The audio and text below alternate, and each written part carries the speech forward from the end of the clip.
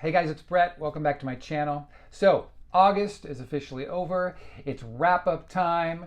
It's also the first day for the pumpkin spice lattes at Starbucks. Lines are going crazy. I have no idea. Although, to be honest, I did go up and get a pumpkin cream cold brew today in celebration. So, there you go. Anyway, 10 books that I read this month, wanted to talk about, do a little wrap-up. And so let's go.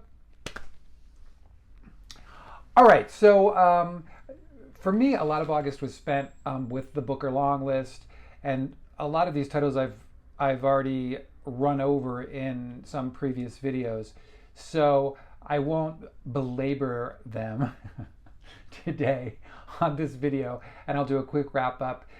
Tuesday, of course, this next Tuesday is the announcement for the shortlist for the Booker Prize. I might do a video this weekend of what I think will be on that prize. However, I have not read all those books. I started the 9th book for me today, which is the following, The Seven Moons of Molly Almeida, which I've really hearing so many people have loved this and think this could be one of the ones on the shortlist.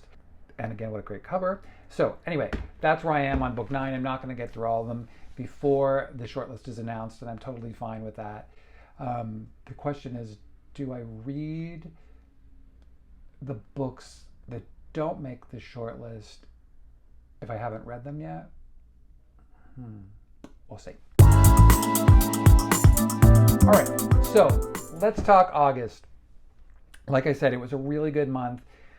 10 books. I don't think I had one book I didn't like in the entire month, which is fantastic. But to go through the Booker again really quickly, the Booker bunch. Nightcrawling, fantastic.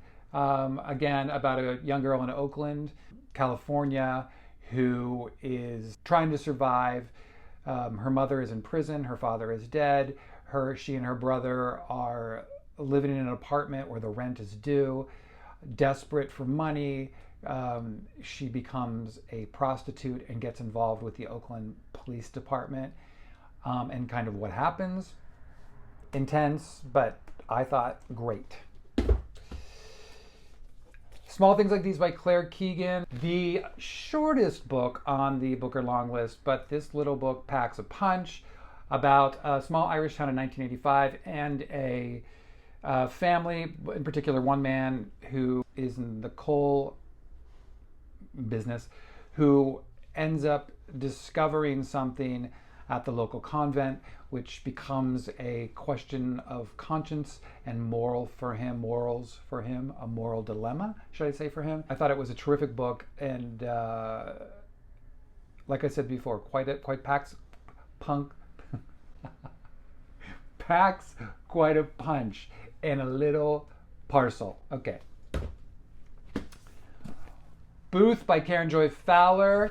I liked a lot of this book, a lot. I thought it started to get a little long-winded towards the end, but I liked what she was doing. Of course, the misconception about this book is it's strictly about John Wilkes Booth, who is, of course, in the story, but it's really about the entire Booth family, who were a kind of dynasty of thespians. But it also draws direct parallels with everything that's been happening in America currently with white nationalism, with gun control.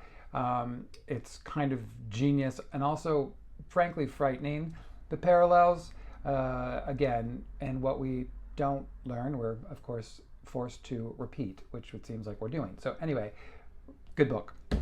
I did a whole video on this book alone, Maps of Our Spectacular Body, which I'm really hoping it gets onto the short list.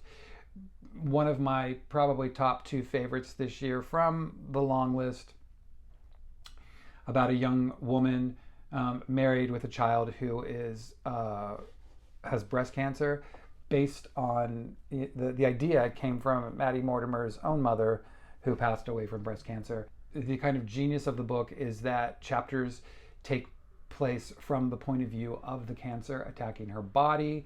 Again, not a light read by any stretch of the imagination, but truly creative, beautiful writing, very much of that of a poet.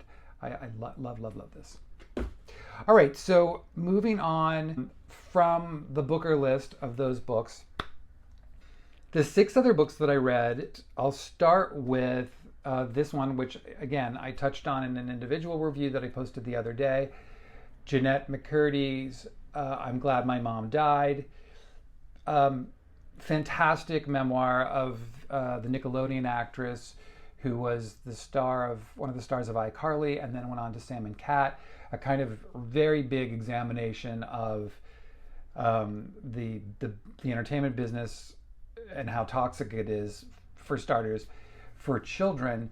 But the real story is about her relationship with her mother, who was very much a frustrated, not a frustrated actress herself, but someone who I think expected to make something more of herself and wanted that for her daughter, forced her into this business, developed an extremely unhealthy relationship with her, led her into anorexia and bulimia, which Jeanette, until recently, had struggled with.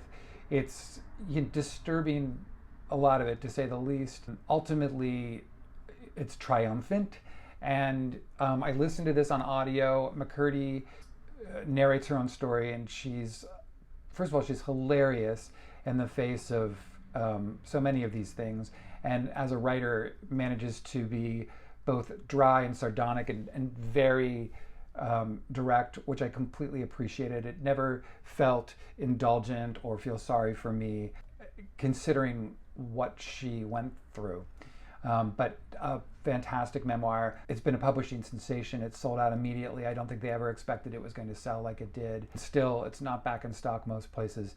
So I actually went on Scribd and downloaded it because I had total FOMO and wanted to hear it. Okay, so there we go. Greenland by David Santos Donaldson. I thought this was really terrific, very inventive. David Santos Donaldson has written a story. Now I'm in this whole E.M. Forster thing, which I talked about before, and I'm going to continue that next month, continue on my kind of E.M. Forster voyage. But this book in particular is about 2 things. It's about E.M. Forster's, it's about a man in contemporary, a black man living in New York as a writer, who's struggling to get a story published about the secret lover of E.M. Forster, who was a black Moroccan man.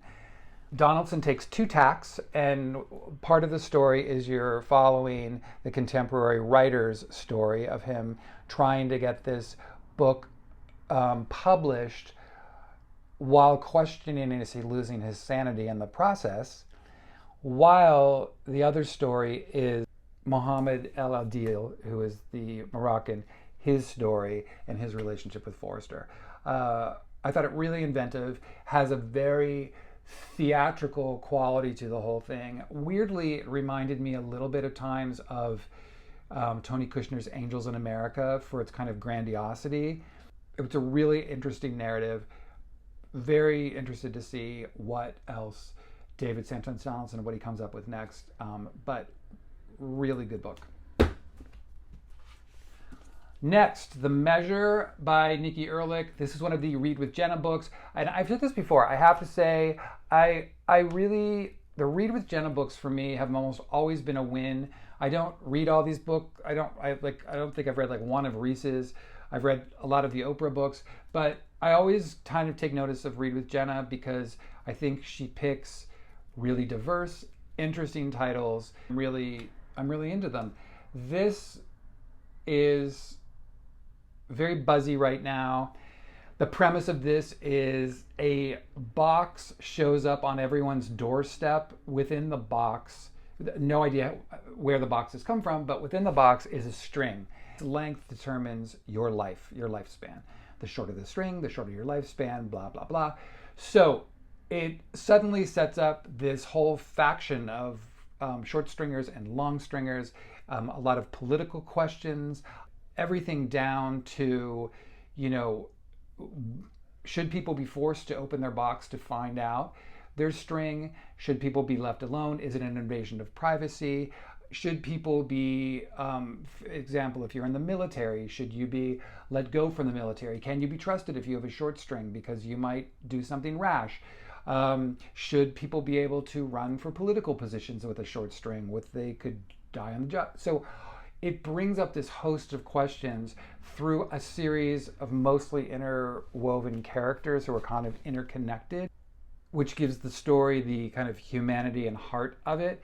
I thought a lot of it really worked. It verged sometimes on getting a little sweet to me and a little precious, these ideas of like, take advantage of the time you have and that kind of thing. That's just me being a cynical bitch. And it did really make me think. And ultimately, I thought, what a great and auspicious debut from Nikki Erlick, first book. This would be, like I said, a fantastic book club pick because it would certainly get a conversation going. So, Age of Vice, I've been raving about this on previous videos, and it's as good as I thought it would be. It is fantastic. It is basically The Godfather. It is, for those of you who are Don Winslow fans, it very reminiscent to me in a way of his Border trilogy in terms of both its epicness, in terms of the kind of black and white, who's good, who's bad. The whole thing kind of centers around this one man, Sonny Wadia, set in India, who is the son of this very important family, the Wadias, who effectively control everything in India, who is, striving to be better than his father and his extremely horrific and sadistic uncle, trying to do something more and not just effectively be a gangster. He has a manservant named Ajay, who is my favorite character in the book, truly unforgettable.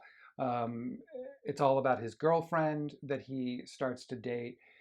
It's complex. It's so rich. It's the first of a trilogy.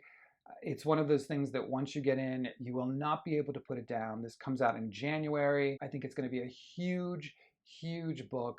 I can't say enough good things about it. If you like, it is, I'm not going to lie, it's brutal, it's violent, but it's so compelling and, oh my God, it's just fantastic. So pre-order this baby now. Okay.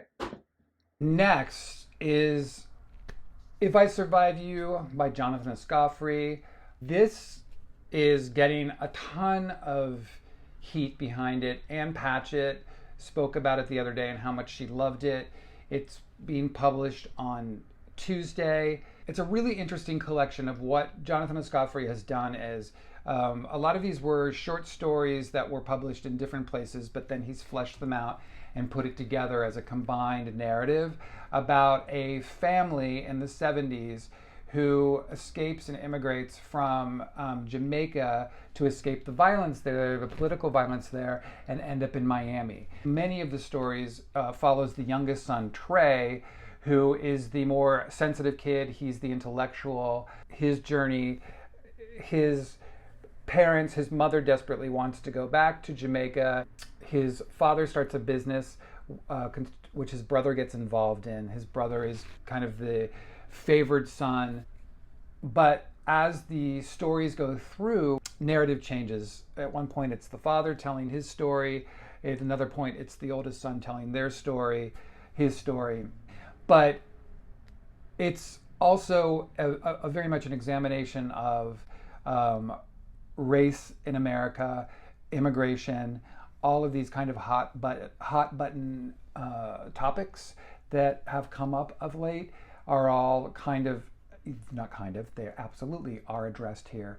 So overall, I think it's a really well-written book, really interesting. I think Trey's story in particular and the journey that he goes through is fascinating. I can't say that I found it like unputdownable, and I wanted it to be a little bit of that, but I definitely think it's worth taking note of, and he's a really interesting writer and certainly somebody that I want to watch. Okay, so the final book is, I just finished this last night, My Government Means to Kill Me by Rasheed Newson. Newson is one of the showrunners, executive producers of the reboot of The Fresh Prince of Bel-Air that's on Peacock. This, I found it's interesting, much like Greenland I was talking about. I really appreciated this so much for creatively what he did with his narrative. It reads straight up like a memoir or almost like an autobiography. It's about a gay black man who is 18 years old from a very affluent family who leaves his parents and moves to New York City. There's a tragedy in his past that gets addressed later that we don't quite know what it is, but it's made him somewhat estranged from his parents. So he moves to New York. He finds a roommate who is a hustler. He gets very much into the bathhouse scene, a lot of promiscuous sex, but through this process, through the course of the novel, becomes a political activist and gets involved in the creation of ACT UP. So what Newson does is bring in all of these real life people to interact with him. There's footnotes for the book for anyone who isn't familiar with any of these players. You know, and I'm talking about everyone from Larry Kramer to Bernard Ruskin, everyone culturally down to politically, really across the gambit in kind of the 80s scene. So it not only does it make it like some weird history lesson, and I only say weird because it's like giving you this information, but in a great way, but it also makes it so much more realistic that you really feel like, okay, this guy exists. And to the point where there's a female character in here that I had to look up to say, did this person actually exist? And because it just seemed like they were legitimate. So really interesting, really well done, really good book. So that's it for August. Tomorrow I will have a pile of books that I potentially want to read in September. Some great book mail that I just got of things that I had been hoping to read. So we'll see. I always, again, look at a TBR now like these are potential things that I might get to perhaps. So I hope you all have a great day. Again, thanks for stopping by. And if you have liked what you've seen, please like and subscribe. And I will see you all later.